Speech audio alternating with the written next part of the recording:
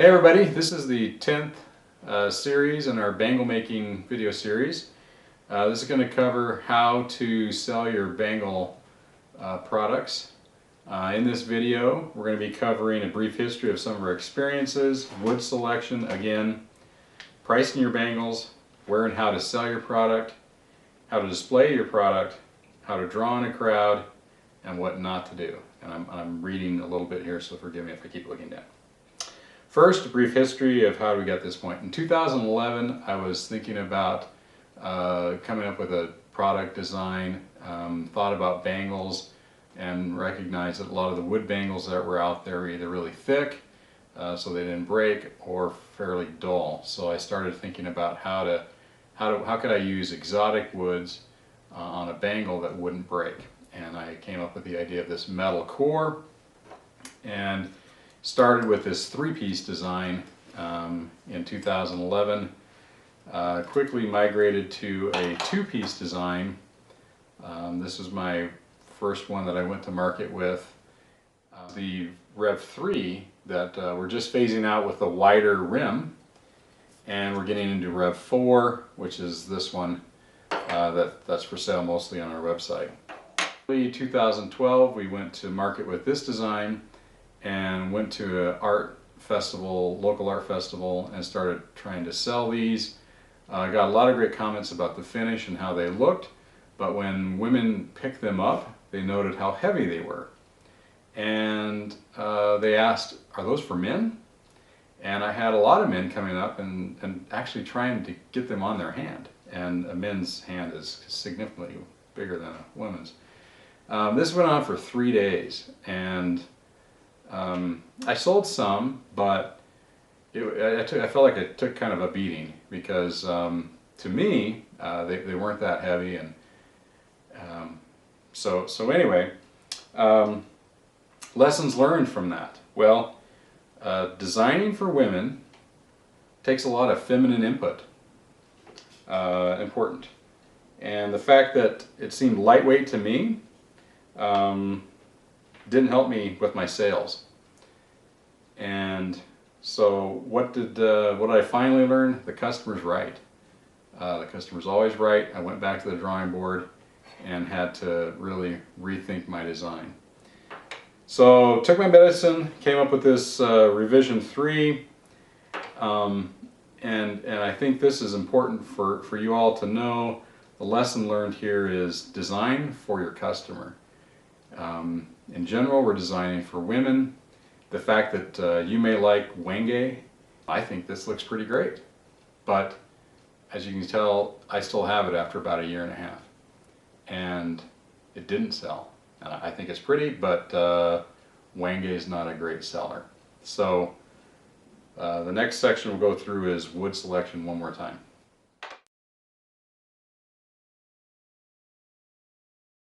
So wood selection, we started our journey here in talking about wood selection. We're going to talk about it one more time.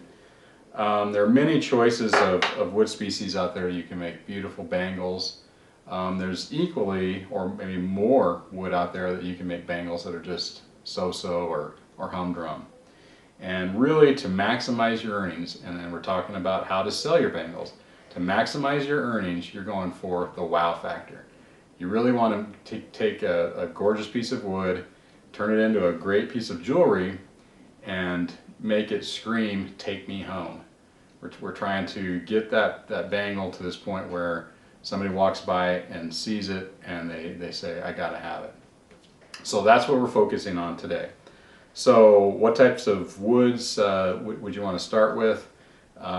Here's some spalted big leaf maple burl, Amboyna burl, two-tone, black ash burl, Honduran rosewood burl, great burl woods. Or if burl's not your thing, we've got desert ironwood. This is an awesome wood species, lots of chatoyance, great look. Spalted flame box elder, great stuff. Or maybe just spalted maple with lots and lots of black line. And then, you know, we talk about selling resin infused woods. So we've got a piece of cholla It's pronounced cholla with a kind of like a Y. Cholla cactus that's been infused with some illuminolite colored resins. Great seller, probably my #1 seller at craft fairs and art shows. This one does really well.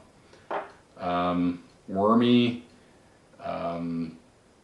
mesquite. Here's some great contrast, really going for that wow factor here. Flame box elder burl, resin infused.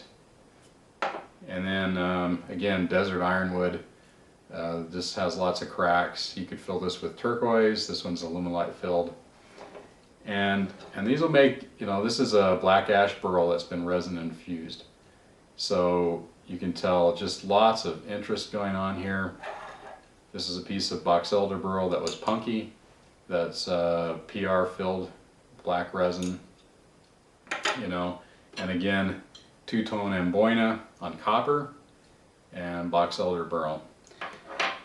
So we're going for this wow factor. That really means staying away from plain woods. You know, I understand. I was a flat cabinet maker for 25 years. Loved walnut, cherry, and I really thought I was venturing out when I was dealing with a cocobolo. And I got excited about some of these exotic woods. You know, when I was looking at tiger maple or something like that. That's not enough. You really need to get the wow factor going here. You really want to go for, you know, something like this amboina that's going to scream buy me. And that's what these woods do. Nothing against walnut or cherry. You might be able to find a nice piece for some furniture or cabinetry, but we're making jewelry and we've got a small little area to make a statement, and we're looking for this highly figured wood that can make that statement in about a 1/2 inch wide piece on the wrist.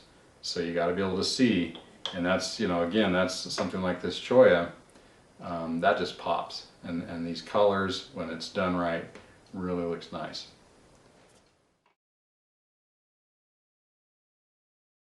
So we'll talk about pricing. We've been selling these metal core wood bangles for about a year. Sold about 100 of them thus far. As you can imagine, I've spoken to lots of folks, lots of you out there having great experiences selling these as well. So we're collecting lots of information, and in general the market price for your sort of mid-grade bangle is about $85 to $100. It depends a lot on where you live, the types of venues you go to, how you're trying to sell these, but your starting point ought to be around between $80 $85, give or take maybe a little bit. For the more exotic wood bangles, when you start going up into, say, the amboina burl or maybe the cholla cactus that have the real wow factor again, we've sold some of these upwards of $200. I sold a ironwood, desert ironwood bangle that was turquoise inlaid for $195 on copper. It looked awesome, was almost sad to see it go. So again, that wow factor. So what are the economics involved in selling these bangles? Well, if you make, after you've made, you know, 4 or 5 of these, you should be able to get to the point where you can make them in about 45 minutes. The video series takes a little bit longer than that, but of course I'm showing you how I do this. And I make them in batches of 2 or 3, usually 3. Sometimes I go up to maybe 5 at a time. And I'll do the same process. I'll set it up and do the same thing 5 times in a row or 3 times in a row. That does save time, that cuts your time down. So metal core costs you about 27 bucks. Mid-grade blank, like this black ash burl or this big leaf maple burl, about 18 bucks. Add shipping and a little bit of adhesive, and you got about a $47 investment to make one bangle. You buy a couple of these to get started with, looking at a selling price of about $85. So that's a $35 difference.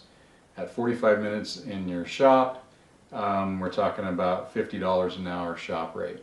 Now, of course, this doesn't account for your time that it'll take to sell them, your cost to sell them, but it also doesn't take into account some that you might be able to get $150 or $200 for. So that's kind of the economics. It's definitely a money-making proposition.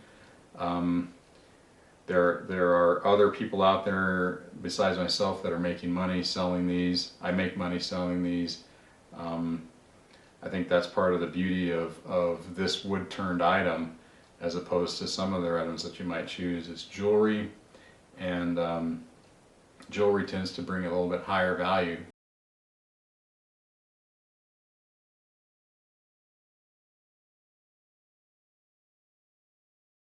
Okay, so this part we're going to cover where and how to sell your bangles. First, let me say that my wife and I have been doing this for about 8 years, selling jewelry and art at local art and craft festivals. We've covered the whole spectrum. We've had websites for sale items on Etsy, local consignments. We've done all of that. And really the number one way to make sales is through direct customer sales. This can be done at local art and craft festivals where you get out and present yourself, present your items. Nothing really compares to that. And I've been selling bangles. I've tried to sell them on my website, have had an Etsy shop, and I've sold a few, but really nothing like the sales I get when I go to these local craft fairs. But one thing about choosing craft fairs and festivals, you really need to choose your venue wisely. You'll have much more success at an art and craft festival than a drink beer till you pass out festival. We do a local wine fest where people have to pay $50 a person to get in. We've done one that's called an art and jazz festival. We do holiday craft fairs, and those have been very good for us. Remember, you're trying to sell this between $85 and $200. So if most of the booths in this festival, in these venues that you look at, if a lot of these booths are selling sort of that made in China junk, they're selling cheap jewelry that's costume for $3 or $4 a piece, and they have snow cones, and it's just sort of this carnival atmosphere. That's really not what you're going for. You're going for the art and craft festival. You're going for a mature crowd that's coming to spend money, and you'll have your best success in those types of events. Meet the artist. They want to talk with you. They want to hear stories from you. Not only are you selling a nice, beautiful piece of handmade jewelry, you're really selling yourself. You're selling your story, your background, and maybe a little bit about the wood. And what they're going to fall in love with is just this idea of this story. So when they buy this item, take it home, they can go to their friends and say, I bought this piece of wood. I bought this. This right here is a cactus. This is made from cactus. Can you believe it? And it makes a great story. So, not only are you selling this beautiful product, you're really selling yourself. Be unique, be fun, and be engaging. So let's go take a look at the booth, and we'll go through booth setup and what you need to get started there.